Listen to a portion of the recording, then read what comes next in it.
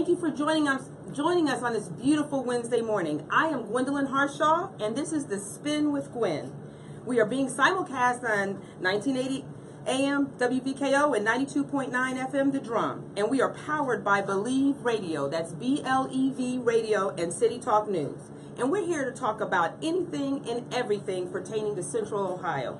You can follow us at BLEV Live on Facebook, and that's BLEV Live or even BELIEVE Live. You can also join the conversation and call in and with questions or comments at 614-824-2139. Today I have the honor of speaking with Dr. Johannes Christian, the Executive Director of Mobile, the Mid-Ohio Board for Independent Living. It's a disability resource center. He's also the CEO of the Face of Forgiveness. Dr. Christian has such an inspiring personal story of forgiveness and community service. I can't wait to get to it, but I do want to take a moment for our sponsor for a quick second. I want to tell you a little bit about Royal Property Real Estate Services. They offer a wide variety of services. They help first-time home buyers navigate the tricky real estate and mortgage process. They offer home remodeling and rehabilitation services, and they provide consulting for various facets of real estate, including investment properties. For more information, give them a call. Royal Property Real Estate Services at 614-859-7542. Or you can check them out on the internet at www.royalpropertyent.com. And back to my very honored, my guest who I'm so honored to have, Dr. Christian. Thank you for being here. Well, thank you for having me. It's a good day. It's a great day to be alive. It absolutely is. I have to tell you, when I was talking to people about having you as a guest, a lot of people hadn't heard of Mobile, but almost everyone had heard about your story. Do you mind telling us a little bit of your background and your story and how we got to be here? I don't mind at all. First of all, I just want to thank you for the invitation to come. And, I'm a longtime friend of WVKO and Bishop Mel Griffin and Brother Reverend Wayne Dandridge. And so I just want to give a shout out to them and thank them for allowing me to have the opportunity to be here in your studio. Most people, well, a lot of people know my story. I'm the preacher that was traveling on I-70. It's almost 17 years now. Since the incident, was driving my car when there were three young boys up on an overpass, and one of them dropped a 8 to 10 pound rock off of the bridge. It came through the windshield of my car, and literally, when it took off the entire face, it broke every bone in my face. I lost my nose and both of my eyes. After 40 surgeries, however, they put me back together, and I love to tell people that I look better than Denzel Washington. That's right. But that's my story, and truly I give God the praise, because they thought that I would die that night. They being the doctors and the nurses, and air-flighted me to Dayton, Ohio, where they did some 40 surgeries to put my face back together. And over a 2-year period of healing and restoration, sometime at a rehab center and nursing home, I was able to return home. And the rest is kind of history. God has just opened up doors to allow me to talk about the face of forgiveness, which allowed me to forgive the young boy that threw the rock, and to take the opportunity to talk to others about the importance of forgiveness for their own lives, and how it's a mandate from God, not a choice that we have to make or can make, but God really mandates that we would forgive one another just as He forgives us. Which leads me to, some of what I do. Not only do I talk about bullying and forgiveness, but as a result of being hit with that rock, it gave me a whole new dimension of life. I became blind, which is a form of disability, and suffer from post-traumatic stress as well. And so those changes in my life made my life different. All of a sudden I was more dependent on other people, and was striving to figure out, in the midst of my blindness, how do I make it as an independent person. And a few years ago, 5 years ago, I took a position as the board of directors with the Mid-Ohio Board for Independent Living Environment, which is located at 690 South High. I served on that board for 5 years, but it gave me a whole new perspective on life, because I knew when I joined that board that their goal was to help people with disabilities to maintain a quality of life as individuals, to be able to live independently and to work and do as much as they possibly can as an individual. That was new to me because I had the support of my family and friends around me to help me as I transitioned from being sighted to non-sight. But as I joined Mobile, I found that there was more and more that I could do independently on my own. And just recently, last Thursday, I changed from being the interim director of the Mid-Ohio Board to becoming the executive director. And for that, we truly give God the praise and honor for Him opening up those doors. Well, such a amazing and inspiring story. There's so much to talk about. You touched on some of the things Mobile does. I remember speaking to you earlier this week, and you gave me a whole new appreciation of everything they do. They work with people in transition if they want to move out of a nursing home into the community. They help with cleaning out homes. They help with accessibility, and you loan out walkers and wheelchairs. You even help with utilities bills and utility bills and repairing air conditioning. Sometimes you're able to help people get prescriptions at a lower cost or even free if they qualify. And even a hearing program where you can help people acquire hearing aids and accessible smoke alarms. Like for someone who is hearing disabled, they have a smoke alarm that lights up, and things that I think a lot of people don't even think about. So it's amazing. But one of the things that really struck me, and you speak to, is dealing with the shame that results from disability. And I know I had experienced some of this with my son, who was diagnosed with autism, and even with mental health issues, and how if you don't deal with the shame, you can't even get to the point where you deal with the disability. And I would love for you to share the steps you took and how you were able to overcome the negative emotions that came from such a traumatic event and get to the point where you were handling your own disability and then even dealing with the rest of the community and helping them. Well, I thank you for all that you've said about Mobile. You've been my trumpeter, so I won't have to say too much about it. But let's deal with shame, because I don't know that everybody has it, but I think what I've noticed is that people tend to form opinions based on either what they see or hear in someone else's life. And a lot of times, parents who have a child that may have a disability or an older adult that may have a disability are often embarrassed or ashamed to let other people know of the condition that an individual might have.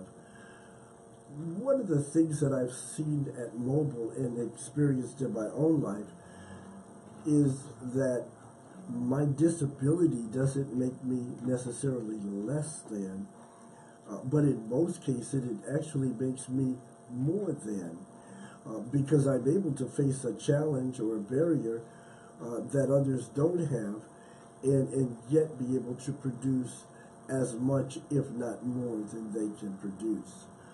I often ask people that work with me to do me the privilege of wearing a blindfold for an hour and attempting to do their normal tasks and their normal routines. Run up and down a set of stairs or be ready to cross a street with your eyes blindfolded is quite a challenge.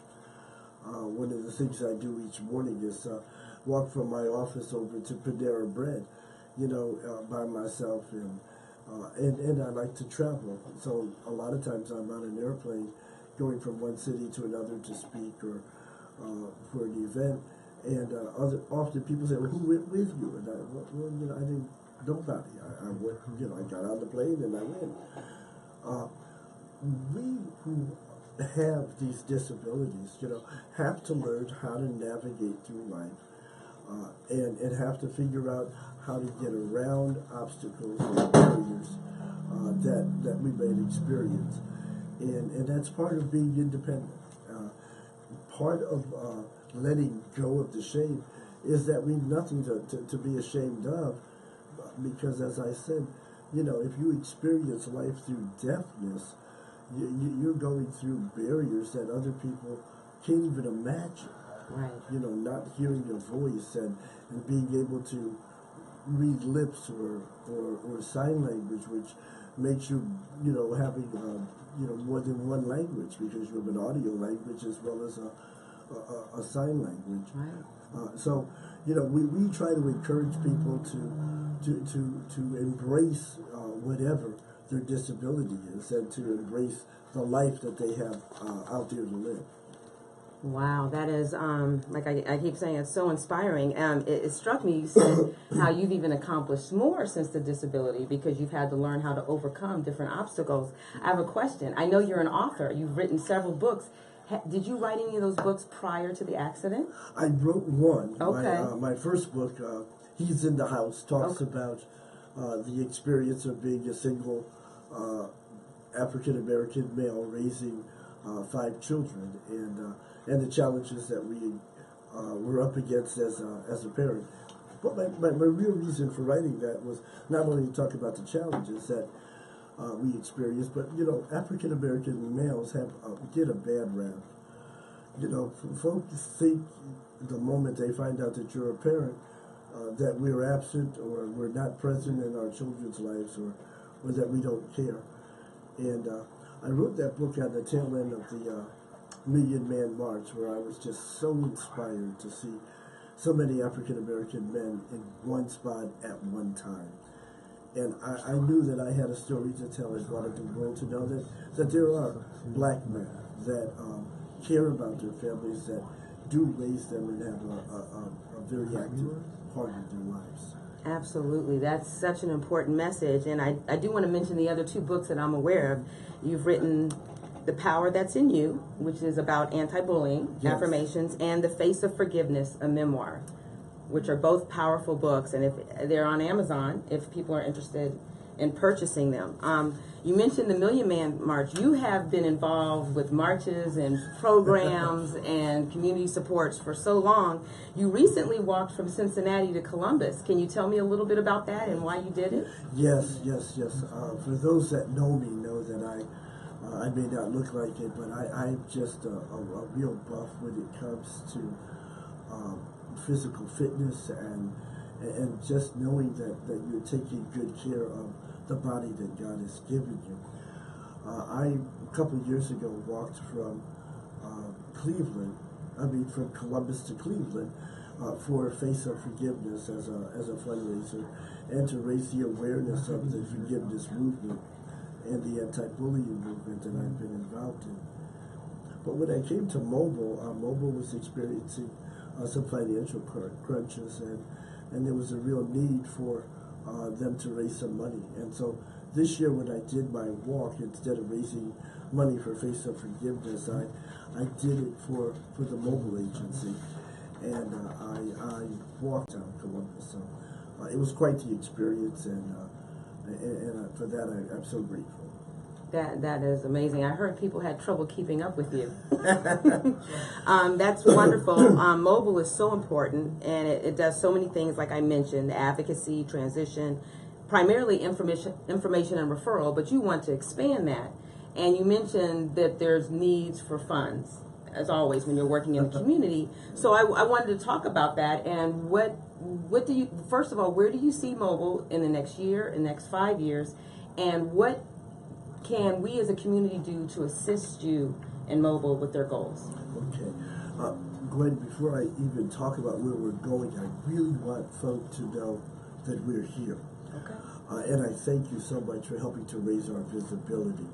Mobile has been around since 1968. It is at the We sit at 690 South High, right off of downtown. And our main goal is to assist people who want to be independent with their disabilities. And so we're basically, as you said, information and referral. We're there if you know of a person that has a disability and they're missing something in their life, they have a need in their life, you can call us at 443-5736, and we will assist in trying to link them with an appropriate resource to help them with whatever their needs are. You say, where do I see us going in the future? You know, one of the biggest things that I see missing is a link with the housing crisis that we have in the city of Columbus. You know, we have so many homeless people that cannot find a home, that have lost their homes. And one of the things that Mobile is trying to do is to be a part of answering that homeless crunch with affordable and attainable housing that will meet their physical need as well as their financial needs. And so we are in the process of trying to refurbish, re-renovate 2 houses that we hope to put 2 independent living persons with disabilities in. It's our goal not only to not to stop there, but to hopefully add on within the next year or 2, so that we're helping to provide houses. Now, somebody may say, well, 2 houses, that's not very much. Well, for a small agency that operates on probably $500,000 a year budget, that's quite an accomplishment for us. And our goal really is to be able to do at least 10 of those houses. And we're doing that through the land bank. We're doing that with the assistance of grants from the city of Columbus and from Franklin County, some HUD dollars that we're trying to find. But most of all, we're doing it because the money follows the individuals, and so the individuals that we put in the houses, those houses will be paid for because of the money that will follow them. That is awesome. I personally think 2 houses is phenomenal, and I know you're going to grow from that. And what Mobile does is so amazing. I really want to repeat the contact information. They are located just south of downtown at 690 South High Street, Columbus, Ohio, 43206. They're open from Monday through Friday, 9 a.m. to 5 p.m. You can be reached online at www.mobileonline, that's MOBILEONLINE, or at 614-443-5936. Right, and that's mobileonline.org. .org. Thank you. And you know, all you have to do, well, I encourage people to go to our website. We have been really struggling. Our former executive director started us with a fantastic website, and we've been trying to keep it up, and you know, so you'll find all kinds of information about Mobile on our website. So I encourage you to go there. Encourage you to just stop by if you're in the downtown area. Stop by. We've got a wonderful facility right there on South High Street. We'd love to meet you. If you know someone who suffers from a disability, I encourage you to have them come out and meet us at Mobile.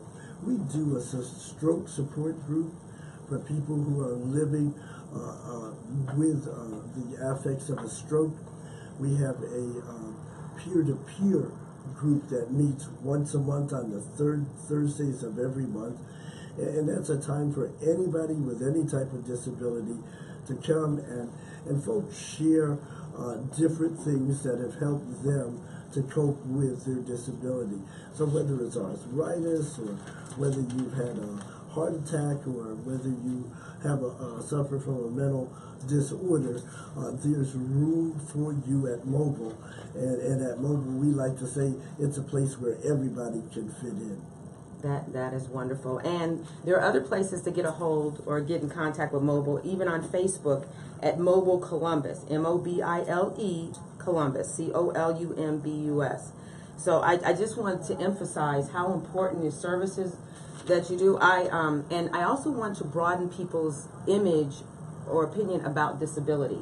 I mean, they think of a wheelchair. I mean, that's the symbol, but it goes so much broader, and there's so many people are affected. I mean, as having symptoms from diabetes and other illnesses, simple aging, we can all probably may have to deal with some form of disability. Exactly. You know, we think because we're young and vibrant that, you know, somehow that, you know, disabilities just can't be a part of our lives. But a lot of people suffer from disabilities. We talk about diabetes, and diabetes is running rampant in the African American community, but it's also affecting our young people. You know, we have people that suffer from dementia, and you have to understand that that begins usually between the ages of 40 and 50. And so by the time a person is 60 or going into their 70s, that disability has really metastasized, and you really see the effects of it. You know, we have a lot of folk that suffer from strokes. We recently had a young lady who was heading up our stroke support group, Rhea Bailey, and she, on the day that she was having a stroke support group meeting, suffered a stroke and died. Oh my goodness. And Rhea had been battling with the remnants of her stroke since she was in her 20s. So I need folk to hear us. You know, one of the things I've noticed is that in our community, you know, we tend to want to push people back and hide them. You know, I've been a part of the church community all my life, and I've noticed that, you know, if a person has a stroke, you know, we show a lot of concern at the time that they've had the stroke, but as time passes by, you know, I've noticed that those folk don't return to the church. They end up sitting at home. You know, people don't go by to visit them. They don't go by to pick them up and bring them out. And so their world becomes smaller and smaller. I know from personal experience when I lost my sight, you know, had it not been for people like Wayne Dandridge and Pastor Melvin Griffin, Mel Francis, you know, ministers that really took the time to come by and fellowship with me and make sure I was doing okay, or make sure, like Pastor Randolph, they'd come by and pick me up because they knew I couldn't drive and couldn't get from place to place. You know, sometimes folk do that at the onset, but as time goes on, you sort of lose those individuals because it's a lot of work to support people with disabilities. Such an amazing message. I want to let everyone know that they're listening to The Spin with Gwen, and I want to thank them for watching and listening. You can go to Facebook and the Twitter page at BLEV614. That's BLEV614. And you can also send us your requested topics, comments, and make sure you follow us and hit that like button to subscribe.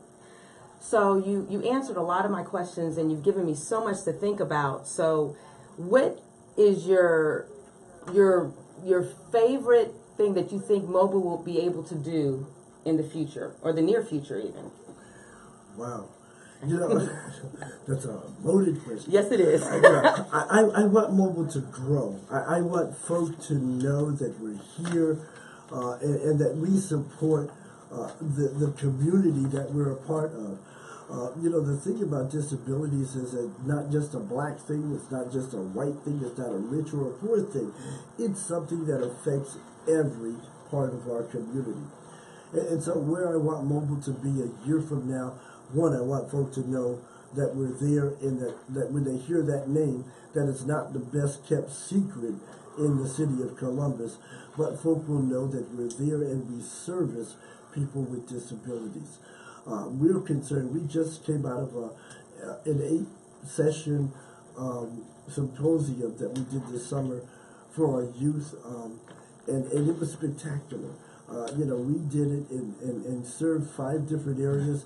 We helped young folk to know about the importance of saving and money management. We did their personally encouraged them to how they looked at themselves. We talked about their educational endeavors, and you know, these were things that are important to people, but especially the young folk that had some type of disability.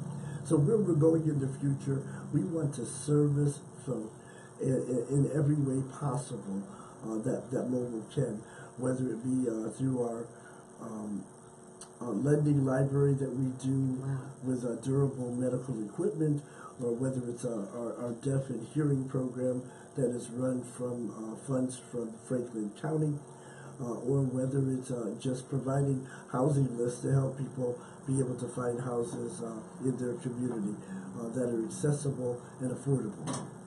Wow, that is absolutely beautiful. I want to make one quick note. I think ultimately you're offering hope, and that comes through our Lord and Savior.